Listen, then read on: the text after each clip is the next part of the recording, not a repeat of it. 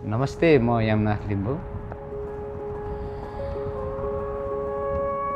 Trial रनिङमा चाहिँ नुगो भनेर मलाई चिन्छ।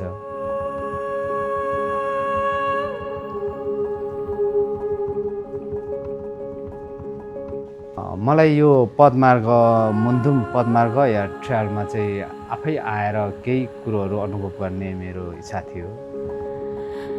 3-4 वर्ष अगाडि होला मैले मुन्धुम पदमार्ग भनेर मैले हेरेको थिएँ। जब यहाँ म मुन्धुम पदमार्गमा चाहिँ आइसकेपछि यहाँको प्राकृतिक सुन्दरता र यहाँको बाटोहरू त्योलाई चाहिँ मैले एकदमै खतरा भनौँ या रमाइलो र राम्रो तरिकाले मैले निहाल्नु पाएँ र राम्रो थियो। बाटोमा म कुदेँ, त्यो मुन्धुम पदमार्गमा कुद्दाखेरि चाहिँ मैले कस्तो भने हो मेरो आफ्नो पर्सनल मेरो आफ्नै दुःख व्यथाहरू आफ्नै ठाउँमा थियो। तर जब म त्यसरी माथि त्यो प्राकृतिकसँग नजिकेर कुद्दाखेरि त्यो पदमार्गको त्यो मुन्धुम पदमार्गमा कुद्दाखेरि चाहिँ मैले यस्तो अर्कै फिल गरेँ।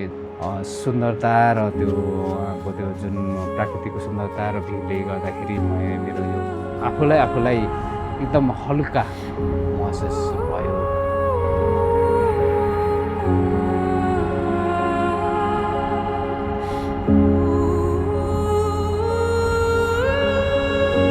मुन्धुम भने बित्तिकै हाम्रो ऐतिहासिक यो परम्परा, यो हाम्रो पुर्खाहरूको एउटा छुट्टै पहिचान रहेछ। आफ्नै तरिकाले खोज गर्नु मलाई मन थियो।